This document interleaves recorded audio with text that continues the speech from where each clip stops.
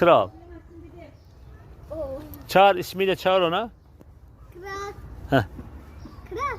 Pati ver oğlum. Uzat patini. Kral. Ver patini oğlum. Kral. Yaklaş öyle. Yaklaşıp tutacaksın. Kral. Kral. Ver patini. Kral. Kral. Patini uzat. Uzat patini. Hah. Aferin sana. Oha.